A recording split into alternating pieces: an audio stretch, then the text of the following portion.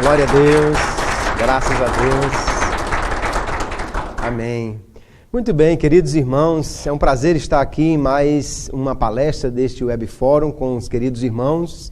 Hoje vamos tratar de um assunto que é maravilhoso, um assunto que nos enche o coração de gratidão, de alegria. Nós vamos falar sobre um dos temas mais caros à teologia arminiana. Vamos falar sobre a graça de Deus. Hoje com o tema a graça resistível ou libertos pela graça. Vamos entender um pouco melhor sobre a visão arminiana da graça de Deus, a sua operação, como o homem recebe esta graça e a forma então como ela vai trazer a este homem a capacidade de responder favoravelmente à oferta de salvação e, portanto, receber aquilo que de graça lhe é oferecido pelo Senhor. Antes de nós verificarmos aqui esses detalhes, nós precisamos conhecer rapidamente quais são os 5 pontos fundamentais do arminianismo, que podem ser listados aqui na forma de um acróstico, conhecidos pela sigla FACTS, que seria fatos em inglês, né? Traduzindo então para o português, nós teríamos os 5 pontos. Quais são? Libertos pela graça, que é exatamente esse que nós vamos ver hoje, é o primeiro ponto do arminianismo.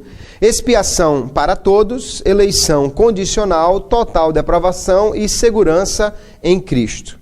A ordem aí não é exatamente a ordem lógica, assim, de como a operação de Deus acontece na vida do homem, mas a forma como são apresentados os pontos arminianos.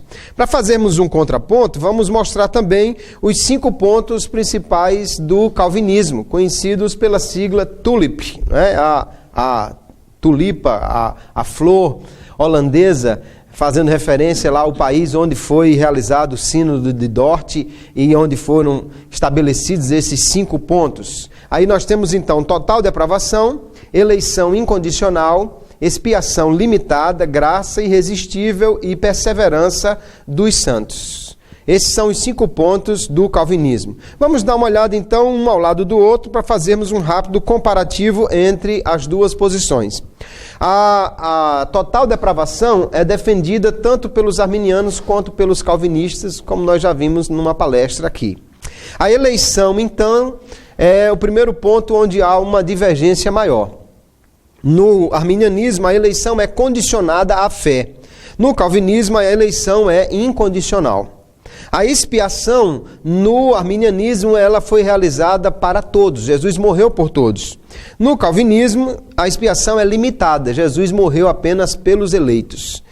No quarto ponto, nós vamos ver a graça de Deus, que em sua atuação é resistível, mas que liberta o homem para poder responder favoravelmente ao Evangelho, enquanto que no calvinismo a graça é irresistível, ela age irresistivelmente sobre o homem. E o último ponto, nós temos no arminianismo a segurança em Cristo, o crente está seguro e não perde a sua salvação, desde que ele permaneça em Cristo, enquanto no lado do calvinista é chamado de perseverança dos santos, porque ele, uma vez salvo para sempre, não há nenhuma possibilidade de perder essa salvação, segundo o que eles afirmam.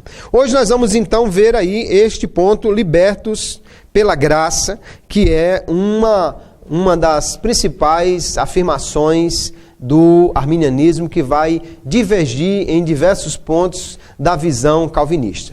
Antes de tudo, vamos entender o que é a graça de Deus. Creio que é um conceito já amplamente conhecido de todos, né? A graça é um favor imerecido que Deus concede livremente aos homens. A graça de Deus, portanto, não é um merecimento do homem, não é algo que Deus faz como recompensa, mas é que Deus livremente vai agir no coração do homem. Livremente Deus vai alcançar este homem e trazê-lo à salvação. A graça é, portanto, um favor imerecido. No calvinismo, eles desenvolveram alguns conceitos de graça. Ela apresenta, por exemplo, o conceito de graça comum. O que é a graça comum? Vou me valer do conceito aqui do dicionário teológico do nosso mestre, pastor Claudio Honor de Andrade, que diz que a graça comum se revela em favores administrados por Deus a toda a raça humana, visando a preservação da vida na terra. A graça comum, nessa visão calvinista, é algo que Deus faz em todos os homens, em toda a humanidade, que vai preservar esta vida na terra, por exemplo, impedindo o maior crescimento da maldade, restringindo o mal, capacitando o homem para exercer algum tipo de justiça, de direito, também trazendo ao homem questões como a capacidade criativa. Enfim, ela age neste planeta em todas as pessoas. No entanto, na visão calvinista, essa graça, que eles chamam de graça comum, é um conceito. Não existe essa palavra na Bíblia, graça comum. Não há um versículo que diga, Deus na sua graça faz assim, assim, assim, que liste todas as características atribuídas a essa graça. É um conceito. Ela, segundo o calvinismo, não leva o homem à salvação. O que para nós é algo estranho. Como que a graça de Deus se revela a alguém ou alcança alguém e não visa a maior bênção de Deus, que é a salvação. Mas esse é um conceito que o calvinismo defende, a graça comum, não salvífica, que alcança a todos os homens. Também eles apresentam um conceito de graça que é estranho ao arminianismo, que Calvino vai falar de uma graça temporária, uma graça evanescente, que Deus daria a alguns, que eles por um momento pareceriam eleitos, que eles até frequentariam uma igreja e tudo mais, mas que após um tempo Deus tira essa graça que era temporária e eles então irão cair porque de fato não são eleitos. Na realidade, isso também é um conceito criado pelo calvinismo para justificar aqueles casos de apostasia. Alguém que durante anos esteve na igreja e mostrou frutos e fez uma obra para Deus, mas que depois caiu. E como caiu? Se ele era eleito e nunca mais voltou à igreja, e aí Calvino diz, não, isso era uma graça temporária que havia sobre ele, que também é um conceito completamente estranho ao arminianismo, uma graça de Deus que é dada por um tempo e depois é tirada. No calvinismo, então, temos esses conceitos aí. Já no arminianismo, a graça de Deus, ela sempre visa a salvação de todos os homens. No entanto, ela possui diversas operações. Ela age de formas distintas ou de diversas maneiras, né? Eu vou citar Jacó Armínio, que é o primeiro e maior proponente dessa teologia que nós chamamos de arminiana. Para quem não está lembrado, Armínio é um teólogo da Igreja Reformada Holandesa que viveu no final do século XVI, início do século XVII, e que formulou essas questões. Ele não foi aquele que inventou essas ideias, né? Na realidade, tudo isso já vinha sendo defendido pelos pais da igreja, os primeiros teólogos, desde após a época apostólica. Armínio, ele vai apenas agrupar esses conceitos, essas ideias, defendendo este ponto de vista contra o calvinismo exagerado dos seus dias, que era defendido por Teodoro de Beza. Então, Armínio, ele vai dizer sobre a graça de Deus o seguinte: a graça é uma só em essência, mas varia em seu modo. É uma só, visa sempre uma coisa que é levar o homem até a salvação, mas nesse meio tempo, até que ele chegue lá, a graça também vai proporcionar muitas coisas ao homem, né? A Bíblia diz que Deus dá o seu sol e a sua chuva a todos. Ele diz ainda que a graça é uma no princípio e no fim. É a mesma graça, do princípio ao fim, é o mesmo Deus, com a mesma intenção e, portanto, com o mesmo favor. Só que ele diz, ela é variada em seu progresso. Ao longo da atuação na vida do homem, à medida também que esse homem se abre para esta graça ou se fecha para ela, que rejeita ou que abraça essa graça, ela vai atuar de forma diferente na vida deste homem. No entanto, no arminianismo, a graça de Deus sempre vai visar a salvação. Nós não entendemos que Deus tendo como maior de todas as bênçãos a salvação em Jesus, possa conceder a alguém um pacote de benefícios que não inclua essa que é a maior bênção, a salvação que lhe custou tão caro a vida de seu filho.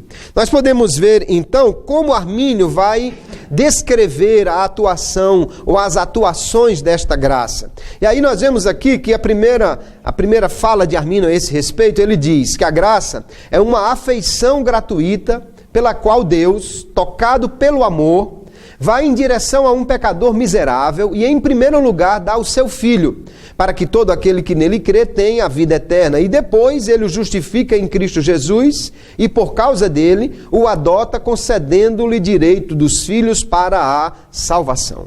Então é importante notar que Armínio diz que a graça de Deus, ela tem como objetivo primeiro e principal oferecer a salvação em Jesus. Essa é a maior de todas as bênçãos da graça. Essa é a coisa mais importante, mais extraordinária que Deus tem a dar aos homens. Por isso Armínio diz, em primeiro lugar, não cronologicamente, né? Lógico que alguém nasceu e ele já começa a ser beneficiado pela graça e ele vai aceitar Jesus de repente lá aos 20 ou 30 anos de idade. E ele já foi beneficiado durante muitos anos pela graça de outras formas. Mas em primeiro lugar ele diz porque é a maior bênção, porque é a coisa principal. Se Deus visasse dar outras coisas aos homens que não o seu Filho, ele estaria subtraindo desses homens a maior bênção que ele tinha para lhes oferecer.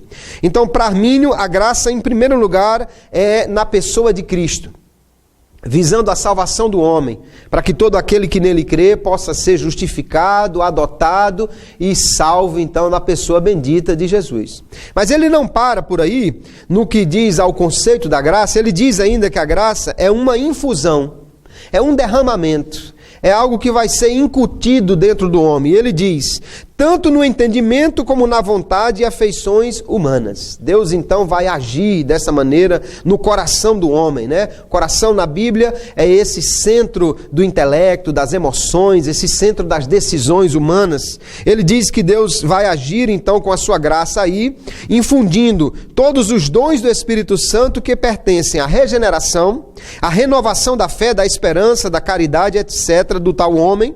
Pois sem esses dons graciosos, o homem não é suficiente ou capaz de pensar, ter vontades ou fazer qualquer coisa que seja boa. Então, para Armínio, a graça realmente é a fonte de todo bem. Deus vai derramá-la sobre os homens, trazendo tudo o que o Espírito Santo pode trazer ao homem. Os dons, a esperança, a regeneração, a renovação, tudo é uma ação da graça. E essa graça, ela se derrama sobre todos os homens que não a rejeitam. Ainda Armínio vai fazer a última referência à graça, ou ao conceito que ele tem dela, e vai dizer que a graça é a assistência permanente e a ajuda contínua do Espírito Santo, segundo a qual ele age e inclina para o bem o homem que já foi renovado, e de acordo com o que Deus pode desejar e trabalhar em conjunto com o homem. Aí é importante notar que nesse último ponto aqui, Armínio vai destacar algumas questões sobre a graça, quando ele diz, em primeiro lugar, que ela é a ação permanente do Espírito Santo. A graça de Deus, no conceito arminiano, não é uma força, não é uma energia, não é simplesmente um sopro, mas é a ação do Espírito Santo, a ação de Deus na pessoa do Espírito Santo agindo no coração do homem. É uma ação pessoal, é uma ação direta de Deus, não é simplesmente uma energia divina. Não é apenas um favor impessoal, é algo realmente feito diretamente por Deus. E ele diz que esse Espírito Santo, essa ajuda permanente do Espírito Santo, vai agir inclusive no homem renovado. Mesmo o crente, mesmo o que já foi transformado, ele depende constantemente da graça, ou seja, da ação do Espírito Santo, para continuar sendo esse crente fiel. E essa graça, ele diz, o Espírito Santo vai trabalhar em conjunto com o homem. Não é uma ação do Espírito Santo que despreza qualquer reação, qualquer ação, qualquer cooperação humana, mas que vai trabalhar junto com ele. Ou seja, não é uma coisa forçada, não é algo que vai ser imposto, mas sim essa assistência permanente do Espírito Santo na vida do homem. A graça de Deus, então, ela se mostra totalmente necessária ao homem para a sua salvação. Quando nós olhamos na Bíblia Sagrada, nós vamos encontrar duas situações que parecem paradoxais. Em primeiro lugar, nós vemos que a Bíblia mostra que o homem tem escolhas a fazer quanto ao mundo espiritual. Ele é conclamado a fazer essas escolhas. Lá em Deuteronômio capítulo 30, por exemplo, Moisés vai conclamar o povo dizendo: olha, se vocês servirem a Deus, vocês viverão. Se vocês servirem aos deuses estranhos, vocês morrerão. E aí ele diz: eu proponho a vocês a vida e a morte. Eu tomo os céus por testemunha que eu estou colocando isso diante de vocês. E eu digo: escolham a vida para que vivam. A vida aí seria servir a Deus, o Deus verdadeiro, porque o contrário que geraria a morte era servir aos deuses estranhos. Então o povo estava diante de uma decisão que eles tinham que tomar. A que Deus eles iriam servir? Da mesma forma, lá em Josué capítulo 24, verso 15, ele diz: olha, vocês podem escolher. Vocês vão servir aos deuses de vossos pais, vão servir aos deuses aqui do povo dessa terra, ou vão servir ao Deus verdadeiro. Mas eu e a minha casa serviremos ao Senhor. Então ele está colocando ali uma decisão que o povo precisa tomar. E não é uma decisão assim: escolha se você vai comer galinha ou carne no almoço, escolha se você vai construir uma casa na parte alta ou na parte baixa do terreno. Não são essas escolhas comuns da vida. Ele está falando de escolhas espirituais, de escolhas que você precisa fazer para ter vida ou para ter morte espiritual. A que Deus você vai servir? Também nós vamos ver que a Bíblia convida todos os homens a virem a Jesus. Apocalipse vai terminar com esse grande convite: todos os que têm sede, o Espírito e a noiva dizem vem, todo o que quiser beba de graça da água da vida. Há um convite universal para as pessoas virem a Cristo. O próprio Jesus, no último dia da festa, se levantou e disse: quem tem sede, vem a mim e beba. Atos capítulo 17 é um versículo muito interessante, que o apóstolo Paulo diz que Deus convida todos os homens em todos os lugares para se arrependerem. Ele não está falando de alguns homens ou em alguns lugares. Ele claramente diz todos os homens em todos os lugares. Há um convite universal. Mas se nós vemos também que na Bíblia os homens estão, após a queda, num estado de incapacidade espiritual, que Paulo vai dizer que eles estão mortos em pecado, como é que o homem pode atender o convite? Como é que ele pode fazer uma escolha espiritual se ele está morto em pecado? Então nós pensamos nisso e vemos que só há uma resposta. Como o homem está em depravação total, por si mesmo não tem condição de escolher a Deus, de escolher servir a Ele, então é necessária uma ação graciosa da parte de Deus, é necessária que a graça de Deus haja no coração deste homem, libertando a sua vontade, dando-lhe a capacidade de aceitar ou de rejeitar a oferta de salvação que lhe é dada. Ou seja, em sua condição natural, o homem não pode fazer essas escolhas, nem aceitar o convite do Evangelho. Ele só pode fazer isso porque primeiro ele é alcançado pela graça de Deus. É o Espírito Santo que fala o seu coração, o convence que ele é um pecador e que ele precisa de um Salvador. Se não houver essa ação de Deus inicialmente na vida do homem, se a graça de Deus não o alcançar primeiramente, ele não é capaz de fazer essas escolhas. É, portanto, mais do que necessária a graça de Deus para que o homem possa sequer iniciar a sua vida com Deus e obter a sua salvação. Essa graça, então, queridos, ela primeiramente vai se manifestar naquela operação que o arminianismo chama de graça preveniente. No dizer de Armínio, o que é essa graça preveniente? É uma graça que vai antes, que vem antes que o homem possa responder, que possa aceitar. Ele diz que essa graça vai antes, acompanha e segue, instiga, auxilia, opera o que queremos, age na vontade do homem, libertando-a, e coopera para que não queiramos em vão. Veja que é uma graça que é chamada de preveniente, porque ela vem antes, né? Antes que o homem realmente aceite a Jesus, antes que seja alcançado por mais graça ainda, que vai regenerá-lo, ele já tem um contato da graça de Deus, uma ação do Espírito Santo, que vai lhe capacitar a responder. Por quê? Porque ele está morto. Morto ali não quer dizer totalmente incapaz de fazer qualquer coisa, porque o morto ainda peca, né?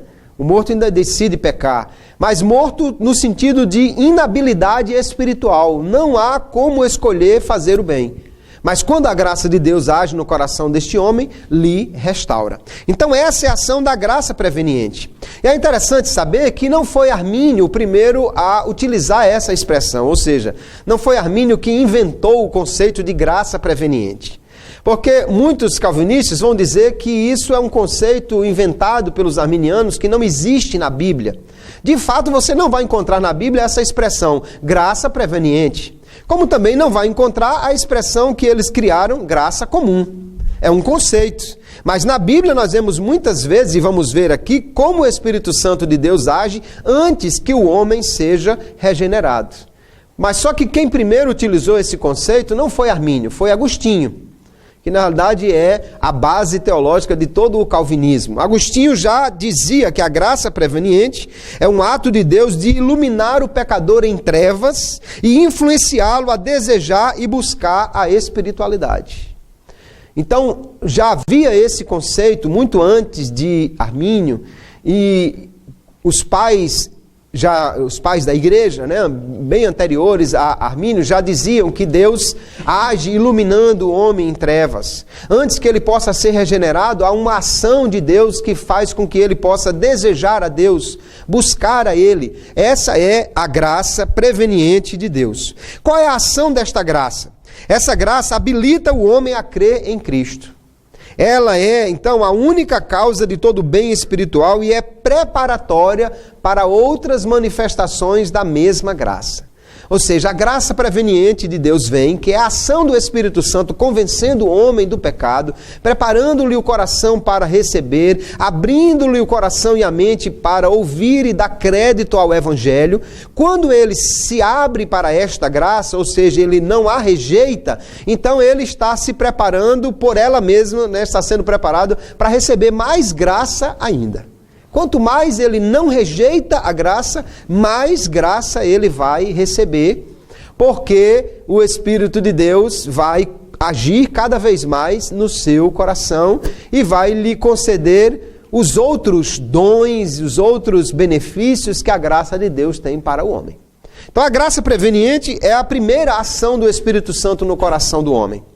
Esse é um conceito que o arminianismo defende e que já havia antes mesmo que Armínio pudesse utilizá-lo. Essa graça, ela libera a vontade do homem para crer em Cristo e, portanto, ser salvo. Filipenses capítulo 1, verso 29, o apóstolo Paulo diz: foi concedido a vós o crer em Cristo. Ele não diz que foi dada a fé como uma imposição, ele diz que foi concedido a eles crerem. Depois, no capítulo 2, verso 12 e 13, um texto bastante conhecido, ele diz: operai a vossa salvação, e no verso seguinte ele diz: porque Deus é quem opera em vós tanto o querer quanto o efetuar. Só que Deus opera o querer, ou seja, ele liberta a vontade. Aí em seguida ele diz: agora vocês operem a salvação, ou seja, você não pode resistir, mas sim cooperar com esta graça. O efetuar é de Deus, é Ele quem regenera. Mas, ao mesmo tempo, Paulo está destacando a iniciativa divina em despertar o querer e a responsabilidade humana de operar a salvação, ou seja, de cooperar com o Espírito Santo nessa atuação, porque não é algo forçado, imposto na vida do homem. Então, a graça preveniente é a primeira ação de Deus.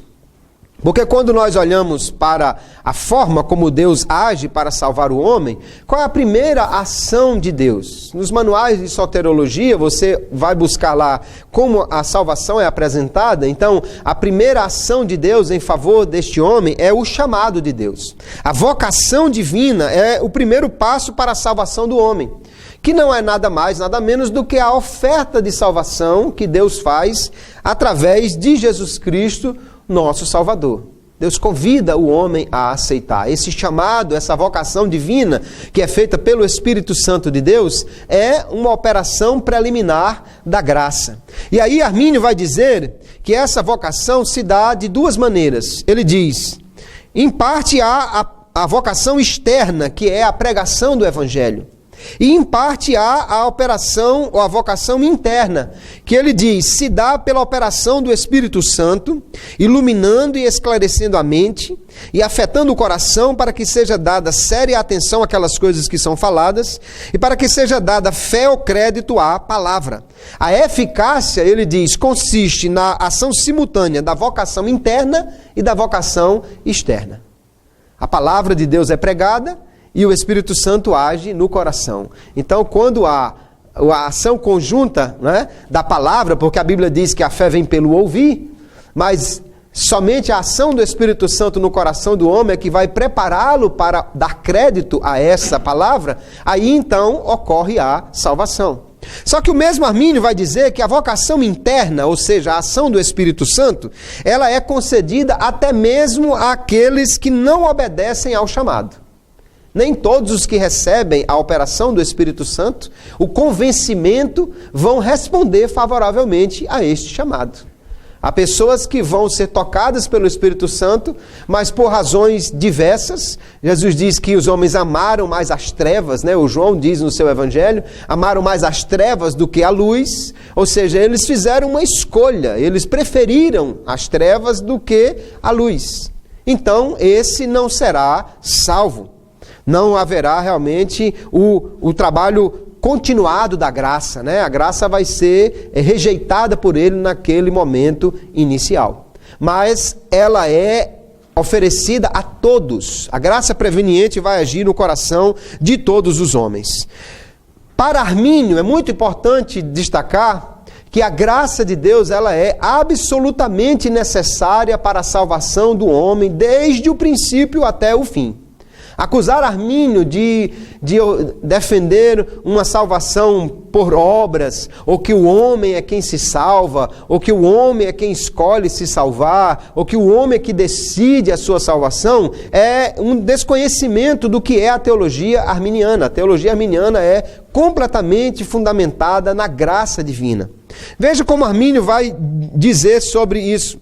Ele diz, desta maneira, atribua à graça o início, a continuidade e a consumação de todo o bem, de tal forma que sem a sua influência, um homem mesmo já estando regenerado, não pode conceber nem fazer bem algum, nem resistir a qualquer tentação do mal sem esta graça emocionante e preventiva que coopera com o homem. Então veja o que ele está dizendo, a graça desde o início até o fim. Até o homem regenerado precisa da graça de Deus. John Wesley vai dizer, se Deus tirar a sua graça do homem mais santo, ele se torna um total ímpio. Porque ninguém é bonzinho, é santo por si mesmo, e sim pela ação da graça de Deus. É a graça de Deus que santifica o homem, é a ação do Espírito Santo que faz com que ele busque a Deus. Armínio diz então que a graça desde o início até o fim vai agir sobre o homem, mas que essa ação que ele diz já é emocionante e preventiva, ou seja, já vem antes que ele seja regenerado, ela coopera com o homem. Ela não se impõe sobre a vontade humana, mas coopera com ele. Nós vemos assim, então, queridos, que, segundo o conceito arminiano, a graça não é o poder irresistível de Deus. Não é uma força que Deus coloca sobre o homem e o arrasta em direção à salvação. Mas a graça é uma cooperação de Deus com o homem, como um pai amoroso que estende a mão e capacita o filho a usar os próprios recursos que esse pai coloca à disposição do filho. Vamos dizer que o pai trouxe uma bicicleta de presente para o menino. Só que ele não sabe nem subir na bicicleta, andar nela. Aí o pai pega o filho e coloca naquela bicicleta e o ajuda então e o ensina a usar. Assim que Armínio vê a graça, é Deus capacitando o homem, e à medida que esse homem não resiste a essa graça, mais graça ele recebe que vai cooperando com este homem.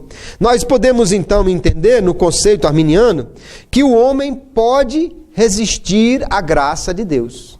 A graça de Deus não é uma ação irresistível. Só que essa graça, nós entendemos perfeitamente que ela é resistível. Por quê? Porque ela é a ação de uma pessoa. É a ação do Espírito Santo. E como uma pessoa, ele quer ter um relacionamento pessoal, verdadeiro com o homem. E só pode existir um relacionamento verdadeiro desde que seja não forçado. Um relacionamento forçado não pode ser verdadeiro. Se uma feiticeira, ela cria uma poção lá, vamos supor que tal coisa exista, e por tomar aquela poção, alguém fica irresistivelmente apaixonado por aquela feiticeira, nós diríamos que esse é um amor verdadeiro? Logicamente que não. E se for Deus que deu a poção ao homem, nós diríamos que esse é um relacionamento verdadeiro? A premissa é a mesma.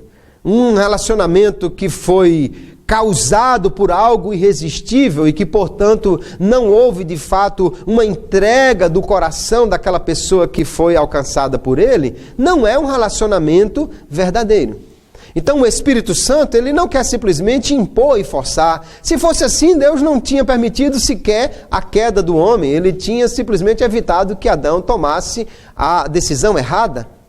Mas ele quer um relacionamento verdadeiro, genuíno. Por isso, a liberdade do homem de fazer escolhas. Liberdade essa que aqui é restaurada pela graça de Deus. Nós vamos ver na Bíblia Sagrada, irmãos, infelizmente, diversas ocasiões que os homens resistem à ação do Espírito Santo. Por exemplo, Atos capítulo 7 e o verso 51, está o nosso diácono Estevão, né? Aqui falando com os homens, e olha o que ele diz no verso 51, homens de dura cerviz e incircuncisos de coração e ouvido, vós sempre resistis ao Espírito Santo, assim vós sois como vossos pais. Como ele chama esses homens? Homens de dura cerviz, homens rebeldes, resistentes, incircuncisos de coração e ouvido, ou seja, que não tiveram ainda nem o coração, nem o ouvido consagrados, libertos, voltados para Deus. São homens resistentes, homens rebeldes, e que ele diz, sempre resistem ao Espírito Santo. O Espírito Santo está sendo resistido aqui, por esses homens. Lucas capítulo 7, o verso 30, diz que os fariseus rejeitaram o conselho de Deus contra si mesmos. Eles rejeitaram aquilo que era a escolha de Deus, a vontade de Deus, o conselho de Deus para eles. Eles rejeitaram por quê? Porque a graça de Deus não força o homem. Ela se apresenta a esse homem e ele pode resisti-la ou pode abraçá-la porque é liberto para fazer isso. Nós vamos entender perfeitamente que a salvação é apresentada na Bíblia como um dom de Deus. Romanos capítulo 6, por exemplo, verso 23 diz, porque o salário do pecado é a morte, mas o dom gratuito de Deus é a salvação, né? Ou seja, é um presente, é um dom. E como todo presente, você pode aceitar ou você pode rejeitar. Porque alguém rejeitaria um presente de Deus? Eu não sei, por muitas razões, mas infelizmente isso pode ser feito. Há uma ocasião que eu sempre me lembro quando falo desse assunto. Eu estava numa confraternização da empresa que eu trabalhava e ali era um final de ano, as famílias estavam presentes e os pais compraram alguns presentes para serem dados aos filhos naquela ocasião. E havia um garotinho e parece que a sua expectativa muito grande era de ganhar um CD com um jogo ou alguma coisa que ele estava querendo assim. Mas o pai acho que não encontrou o que ele queria e comprou uma caixa de chocolates. e deu para aquele menino. Ora, qual é o garoto que não gosta de uma caixa de chocolate? Não um só, mas uma caixa inteira, né? Qualquer garoto certamente ficaria alegre de receber isso. Mas quando o pai entregou o presente ao menino e ele rasgou rapidamente a embalagem e viu que era um chocolate e não o jogo que ele estava querendo, ele deu um chute na caixa, mandou ela lá longe, porque não queria aquilo. Como é que uma criança rejeita um presente desse? Eu não sei dizer, ou ele estava na expectativa de outra coisa, né? Por isso também os homens rejeitam o presente de Deus. Eles estão em outra expectativa, eles estão querendo os prazeres da carne, da vida, e não a salvação eterna que naquele momento não lhes parece um presente bom ou verdadeiro. Eles rejeitam o presente de Deus. Mateus capítulo 23 e o verso 37 é um texto também muito interessante, porque ele mostra Jesus, o próprio Senhor Jesus, dizendo: Jerusalém, Jerusalém, tu que matas os profetas, apedrejas os que te são enviados, quantas vezes eu quis ajuntar-te como a galinha ajunta debaixo de suas asas os seus pintinhos, e vocês não quiseram. Jesus está dizendo: eu quis, e vocês não quiseram. Há uma forma muito clara da expressão aqui do Evangelho, quando Jesus quer ter um relacionamento verdadeiro com alguém, se apresenta a este e ele rejeita essa graça, rejeita esse relacionamento, rejeita o que Jesus está querendo. Fica claro aqui que Jesus quer uma coisa e os homens quiseram outra coisa. Então os homens resistem à operação do Espírito Santo, resistem à oferta da graça de Deus. Jeremias capítulo 32, o verso 35, um texto também muito interessante, quando o profeta está registrando aqui as palavras de Deus, que dizem assim: e edificaram os altos de Baal, que estão no vale do filho de Inom, para fazerem passar seus filhos e suas filhas pelo fogo a Moloque. E Deus continua dizendo: o que nunca lhes ordenei, nem subiu ao meu coração que fizessem tal abominação para fazerem pecar a Judá. Fica claro aqui que o povo de Israel está fazendo uma coisa que Deus não quis que eles fizessem, que Deus não ordenou que eles fizessem. Isso mostra algo completamente contrário ao conceito desenvolvido pelo calvinismo de que há uma determinação divina para tudo o que acontece. O texto está dizendo claramente, Deus diz: eu nunca mandei que eles fizessem isso, eu não determinei que eles fizessem isso, eu não quis que eles fizessem isso, mas eles fizeram. Então mostra que o homem, ele tem esta liberdade de escolha, liberdade essa que plenamente é desenvolvida exatamente com a operação da graça. Sem ela o homem só tem a escolha de fazer o errado, fazer o mal, mas com a graça ele tem agora a escolha também de fazer o certo, de agradar a Deus. Mas esses homens ímpios continuam muitas vezes escolhendo o contrário do que Deus quer, rejeitando aquilo que Deus quer para eles, fazendo diferente do que Deus quer para eles, e portanto não há como encaixar aqui um determinismo rígido de que Deus ordena e determina que tudo aconteça daquela forma, porque Ele deu ao homem essa liberdade. E aqui mostra claramente homens resistindo a Deus ou querendo fazer coisas que Ele não quis nem ordenou que eles fizessem. Jesus muitas vezes pregou aos homens querendo a salvação desses homens. João capítulo 5, no verso 34, Jesus está pregando àqueles homens e ele diz assim: eu, porém, não recebo testemunho de homem, mas digo isso para que vos salveis. A pregação de Jesus, o testemunho que ele está dando, a fala dele aqui, ele mesmo diz, objetiva a salvação daqueles homens, para que vos salveis. Mas no verso 40 ele diz: e não quereis vir a mim para terdes vida. Ele está pregando e objetiva não somente informar-lhes de alguma coisa, mas ele diz, é para que vocês se salvem. No entanto, ele mesmo adianta: vocês não querem vir a mim para ter vida. Não é uma questão de que não foi oferecida a vida a eles. Não é uma questão de que Jesus não estava disposto a salvar-lhes. A questão é que eles não quiseram, eles não queriam a oferta de vida e de salvação que Jesus lhe oferecia. Romanos capítulo 2, né? um livro que muitas vezes vai ser colocado como um livro totalmente calvinista, um livro que defende a visão do calvinismo, especialmente no capítulo 9. Mas aqui no verso 2 fica claro que os homens rejeitam a Deus, rejeitam a oferta da graça e são responsabilizados por isso. Veja que no verso 4, o apóstolo Paulo diz: ou desprezas tu as riquezas da sua benignidade, de Deus, né? E paciência e longanimidade, ignorando que a benignidade de Deus te leva ao arrependimento. Agora, vamos pensar uma coisa. Se Deus tivesse já determinado quem seria salvo, sem ele poder fazer nenhuma escolha, para que Deus ter longanimidade? Para que Deus esperar um tempo melhor para salvá-lo, se ele já estava determinado à salvação? A longanimidade é porque esse homem precisa aceitar a salvação. Ele continua: mas segundo a tua dureza e teu coração impenitente, não é porque Deus não ofereceu graça, não é porque Deus não mudou o coração dele é duro e impenitente por escolha dele. Ele diz: entesouras ira para ti no dia da ira e da manifestação do juízo de Deus, o qual recompensará cada um segundo as suas obras. Deus vai trazer recompensa. Ele está falando da justiça retributiva de Deus. Não pode haver justiça retributiva se houver algo imposto. Se Deus dissesse: eu vou salvar esses, mas não aqueles, como ele poderia dizer: Deus está dando a cada um segundo as suas obras? Não é segundo as suas obras.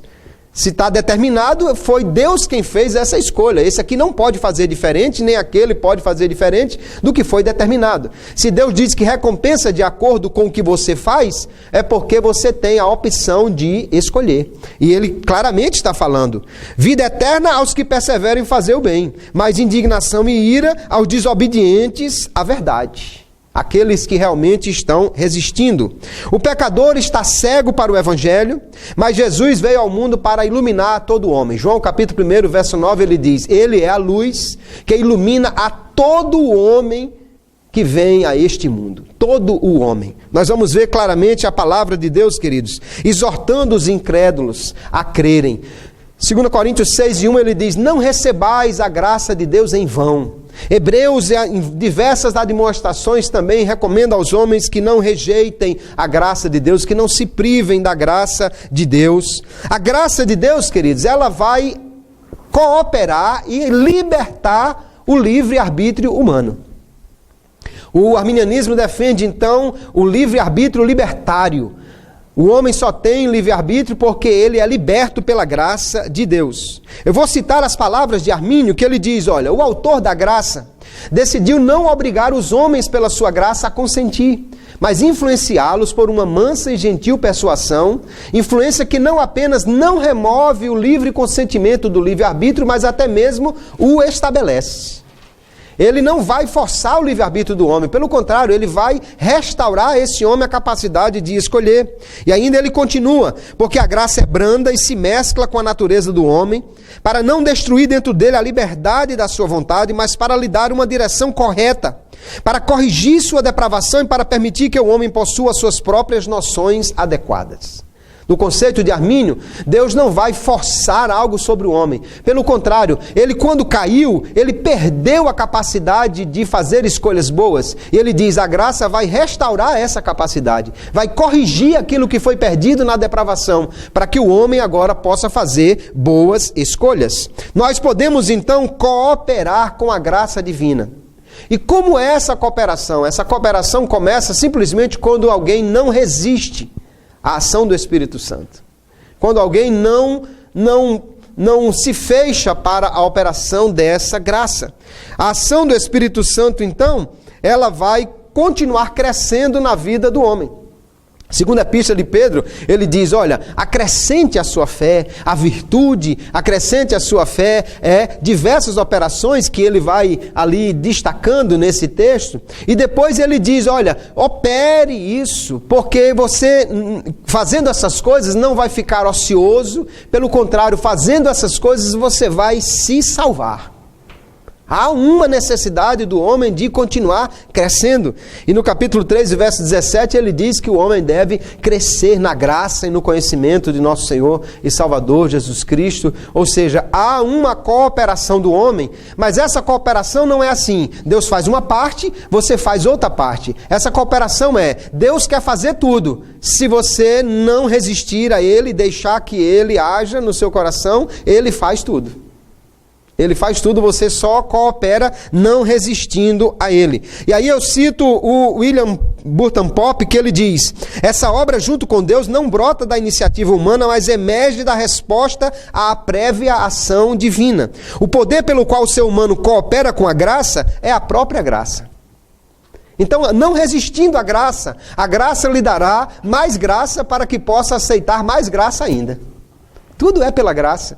Mas é necessário que o homem coopere com ela, não resistindo à ação desta graça. E mais graça ele poderá receber. Eu gosto da expressão de John Wesley, que ele diz, como pode ser maior a glória de Deus salvar o ser humano irresistivelmente do que salvá-lo como um agente moral livre?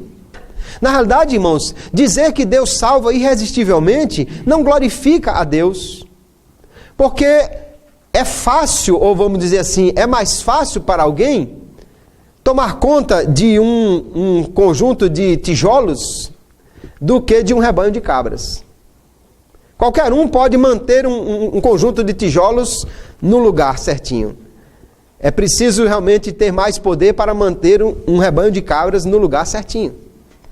Então, se os homens têm liberdade de ação, se eles têm vontade para agir, então é mais glorioso ainda para Deus convencer esse homem e salvá-lo do que agindo irresistivelmente quando não há nenhuma opção. Parece que o amor de Deus realmente, se fosse oferecido com a possibilidade de ser resistido, não seria aceito por ninguém. Nós vamos ver então que o homem, ele foi criado como um agente livre, ou seja, com livre-arbítrio, habilidade de escolher. Ele possuía graça suficiente para obedecer a esse mandamento. No entanto, ele caiu por sua livre escolha, escolheu transgredir a lei divina e a consequência primeira deste ato é que ele perdeu a sua comunhão com Deus e perdeu então também o seu livre-arbítrio. Após a queda, esse homem está escravizado, a sua vontade não pode mais dirigir-se para a Deus, ele não tem a iniciativa de buscar a Deus. E Armínio vai dizer, o livre-arbítrio na queda é incapaz de iniciar ou aperfeiçoar qualquer bem verdadeiro e espiritual sem a graça.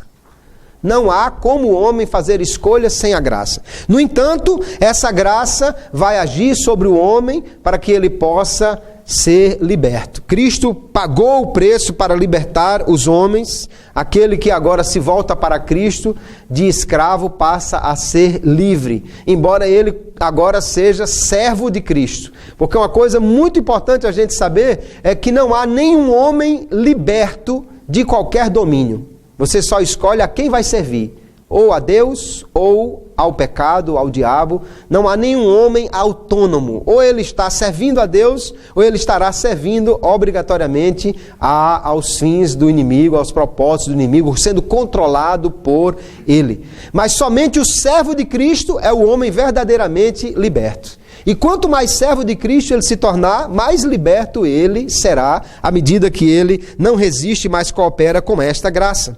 Assim, Armínio vai dizer, a graça preserva também o livre-arbítrio, é preservado. O livre-arbítrio do homem é o sujeito da graça. Logo, é necessário que o livre-arbítrio colabore com a graça que é concedida para a sua preservação, mas auxiliada por uma graça subsequente e sempre permanente no poder do livre-arbítrio, e sempre permanece no poder do livre-arbítrio rejeitar a graça concedida e recusar a graça consequente, porque a graça não é a ação onipotente de Deus, a qual o livre-arbítrio do homem não consegue resistir. A graça sempre vai agir no coração do homem, mas ela sempre pode ser resistida, porque Deus quer um relacionamento verdadeiro com este homem. Para ter esse relacionamento de amor verdadeiro, genuíno, o homem precisa então ter o seu livre-arbítrio preservado. Roger Olson, ele vai dizer: a graça preveniente não interfere na liberdade da vontade. Ela não verga a vontade ou torna certa a resposta da vontade, apenas capacita a vontade a fazer a escolha livre, quer seja para cooperar, quer seja para resistir à graça. A cooperação não contribui para a salvação como se Deus fizesse uma parte e os humanos a outra.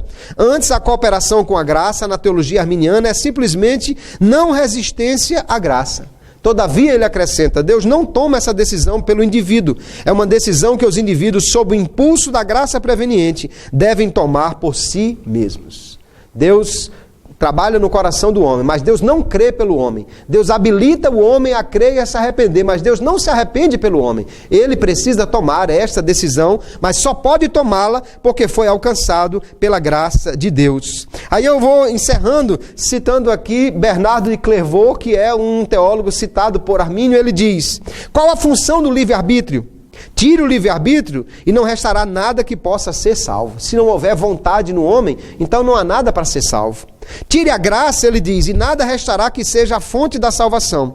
Deus é o autor da salvação e somente o livre-arbítrio é que pode ser salvo. Somente a escolha do homem. Deus quer então que todos os homens se salvem. Mas o Wesley diz, Deus não quer que eles sejam salvos como árvores ou pedras, mas como homens, como criaturas inteligentes, dotadas de entendimento para discernir o que é bom e liberdade para aceitá-lo ou recusá-lo.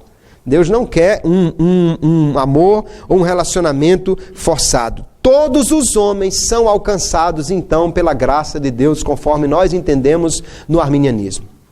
E aí Wesley vai dizer, não há desculpas para aqueles que continuam em pecado, pois não há nenhuma pessoa que esteja em um mero estado natural, ou seja, que não seja alcançado por essa graça. Não há ser humano, a menos que haja apagado o espírito, que esteja completamente privado da graça de Deus. E ele conclui, nenhum ser humano peca porque não tem graça, mas porque não usa a graça que tem.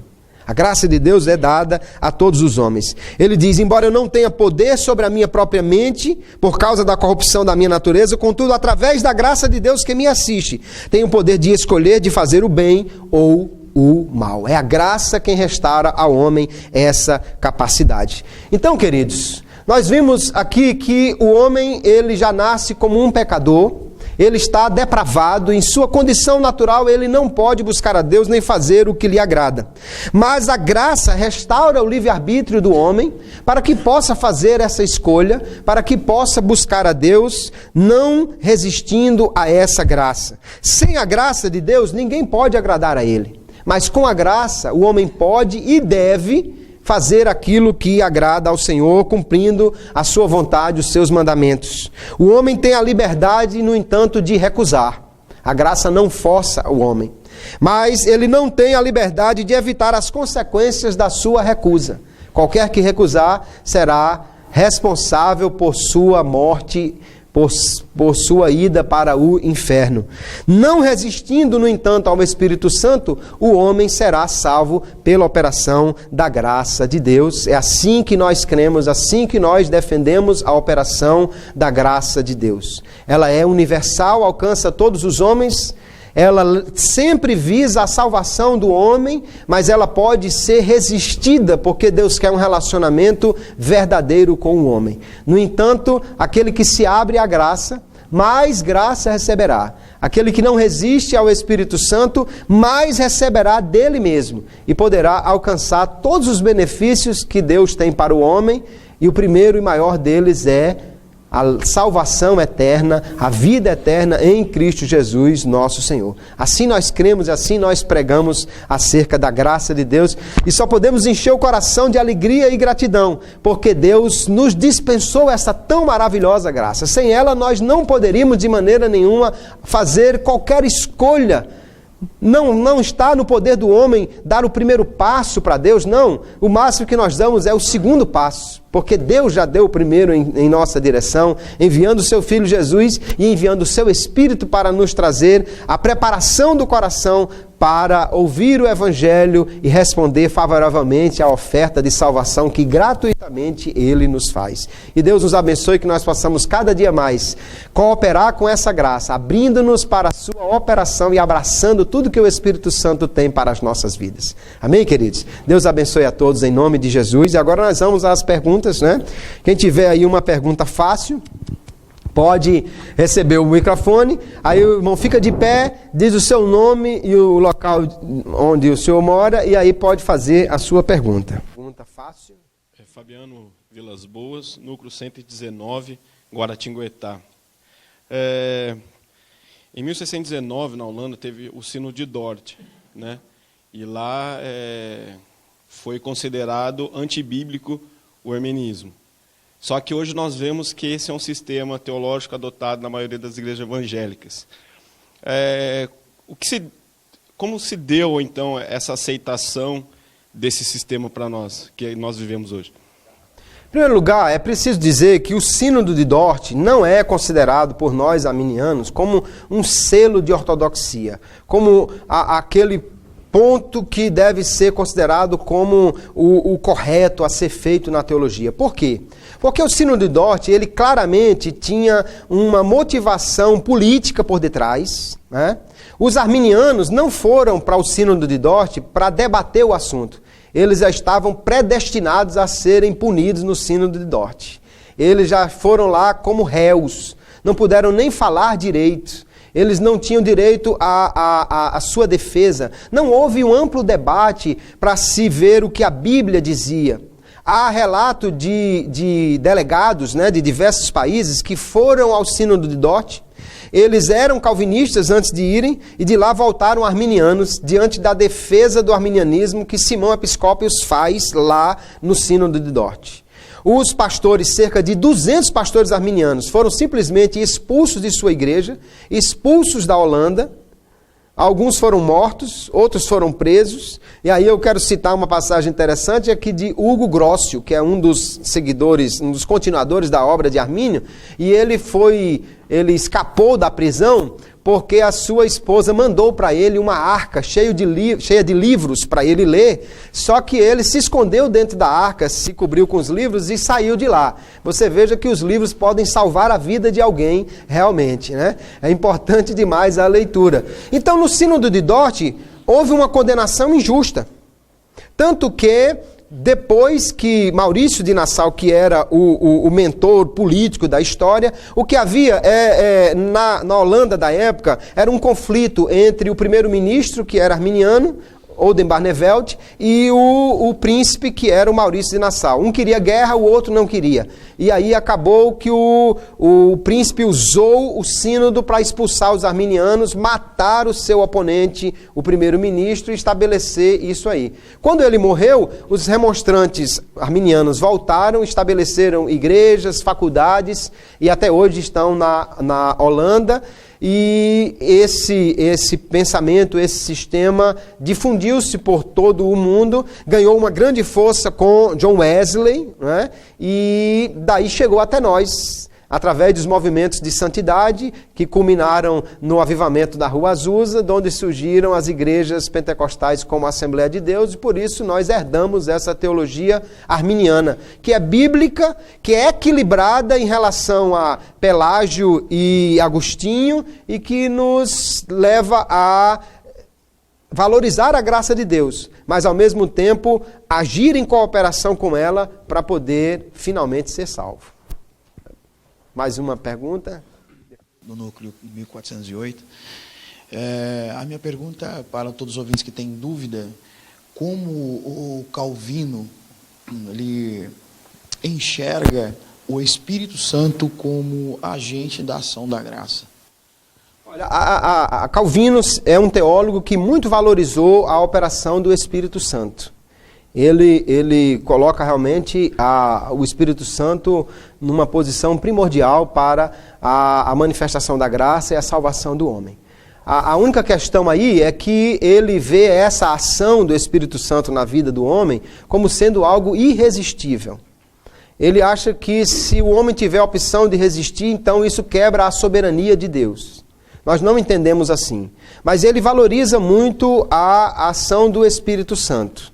Dada as questões daquela época mesmo, né, a igreja ela se afastou muito da operação do Espírito Santo nos seus dons.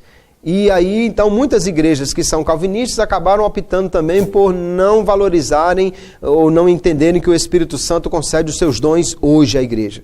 Mas isso não é incompatível com o pensamento de Calvino, tanto que hoje já tem muitas igrejas que são calvinistas e renovadas, né? E aceitam e buscam a operação do Espírito Santo. Calvino era um teólogo que valorizava muito o Espírito Santo, apenas entendia que a sua ação era irresistível para a salvação do homem.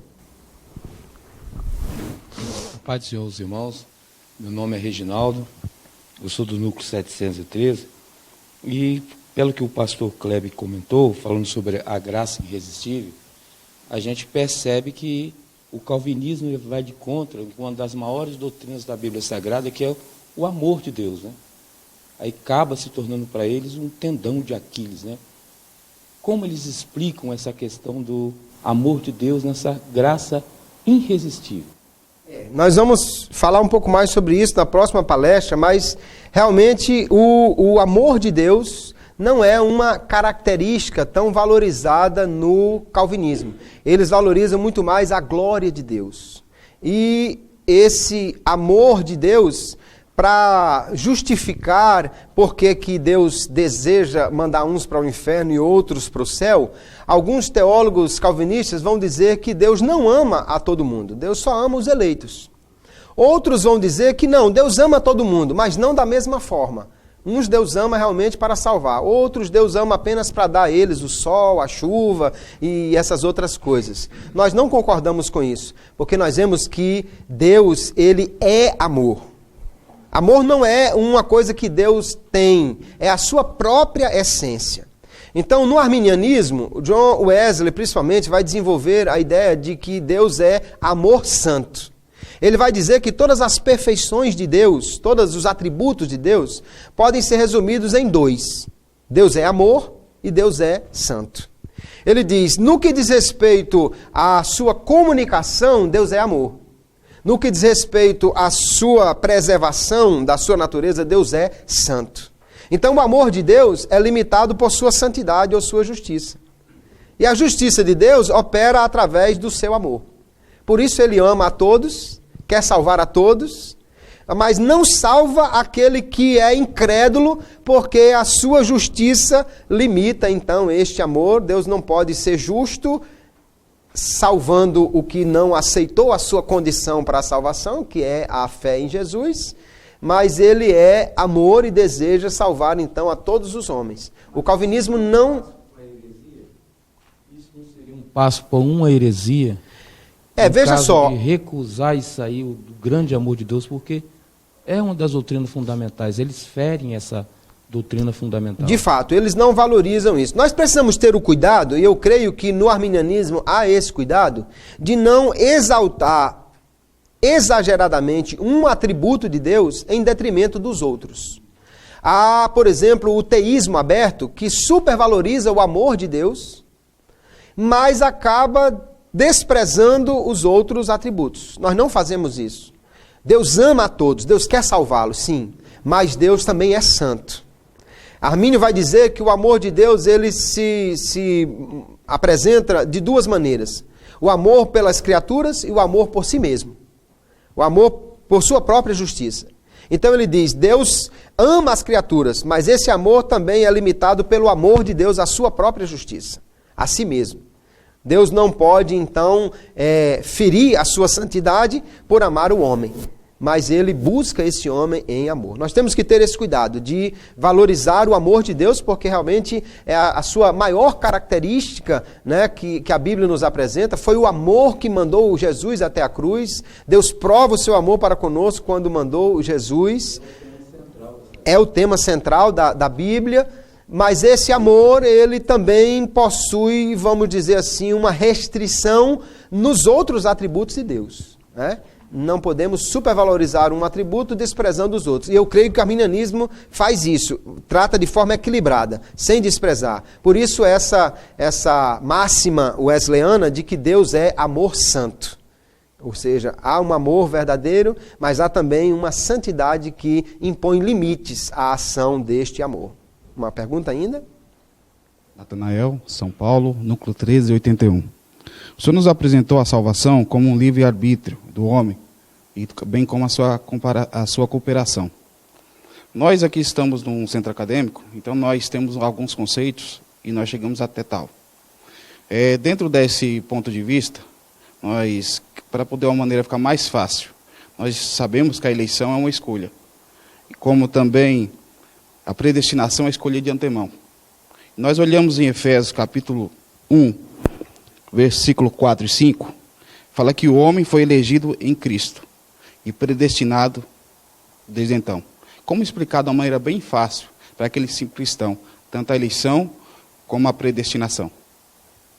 Isso já foi tema de outra palestra, mas para a gente pensar o seguinte: a eleição, ela é uma escolha de Deus. No entanto, Deus escolhe dentro de condições que Ele próprio estabeleceu. Quem estabeleceu as condições da salvação não foram os arminianos, foi Deus. Deus quem estabeleceu as condições. E que condições Deus estabeleceu para salvar alguém? Fé. A fé não é algo que Deus simplesmente dá ao homem. Você nunca vai encontrar alguém na Bíblia dizendo para o outro: você é salvo, você não precisa fazer nada que Deus já vai lhe dar a fé. Você vai encontrar alguém pregando e dizendo: creia e você será salvo.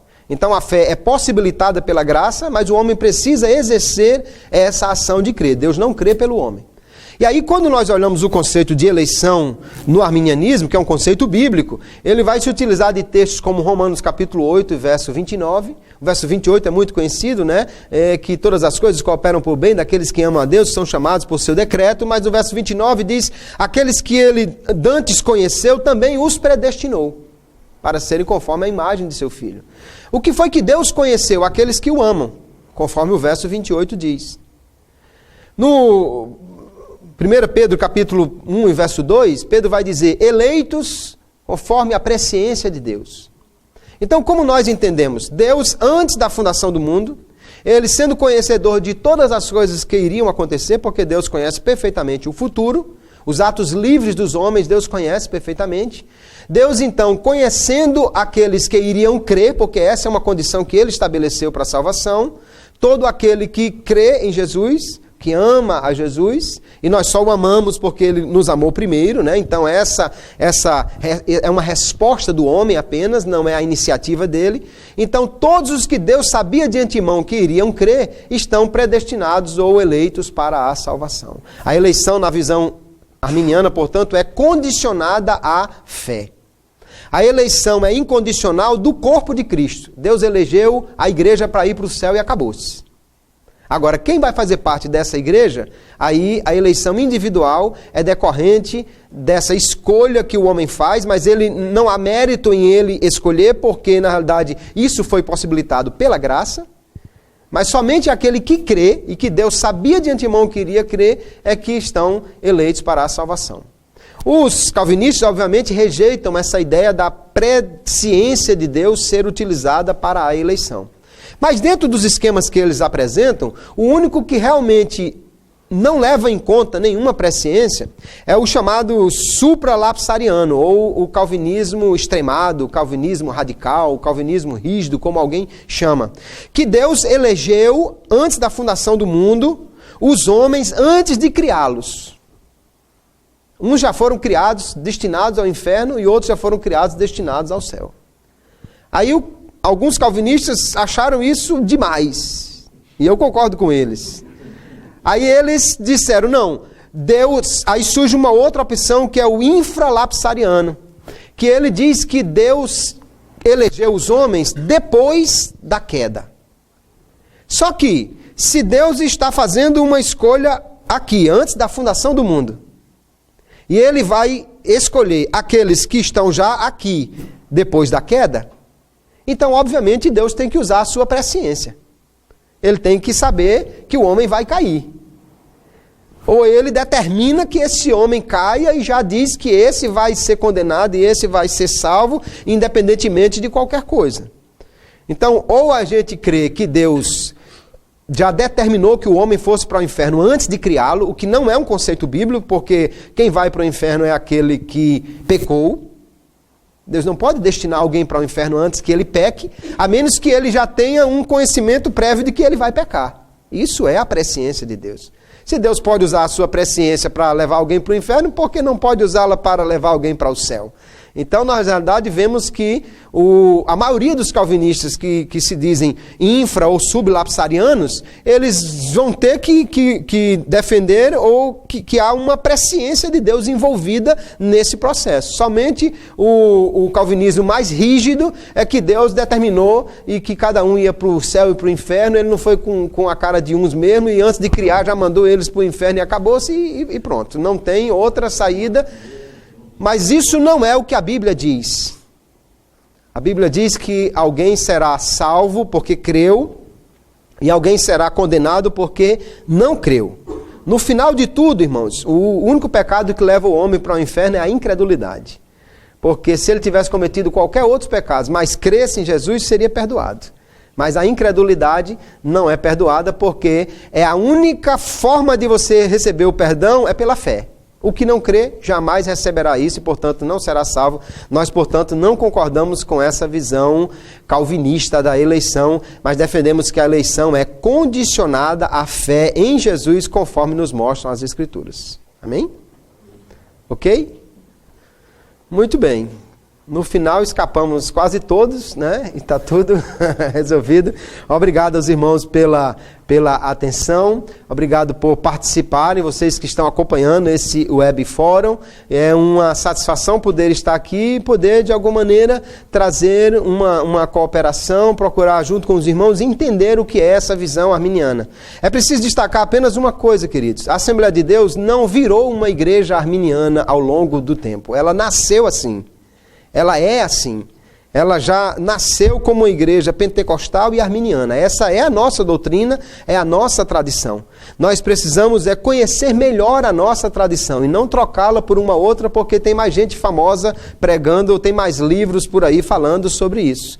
Graças a Deus estão surgindo muitas boas opções literárias explicando a doutrina arminiana. Nós precisamos conhecê-la melhor e não deixar que outros sistemas como o pelagianismo ou semi-pelagianismo acabem influenciando a nossa maneira de crer. Nós somos arminianos, é uma doutrina equilibrada, bíblica, cristocêntrica e que nós precisamos conhecer cada dia mais para poder defendê-la e não precisamos de famosos para poder nos ensinar a fé. A Bíblia é suficiente e já temos literatura abundante também para conhecer a nossa tradição. Vamos continuar firmes nela e ensiná-la àqueles que precisam conhecê-la melhor.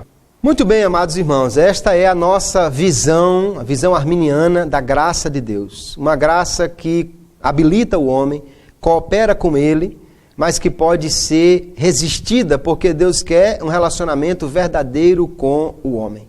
Nós não cremos numa ação irresistível, não porque Deus não possa fazê-lo, mas é porque Ele não deseja fazer assim. Ele quer livremente que o homem o adore, que o homem esteja voltado para Ele.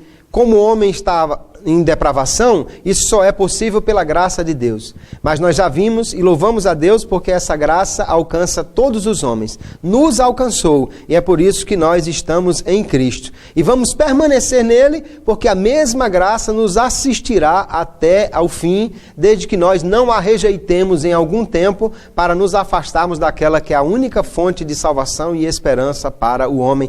Louvamos a Deus por sua maravilhosa graça. Que Deus abençoe a todos em nome de Jesus. Glória a Deus. Glória a Jesus. Amém, queridos. Graças a Deus.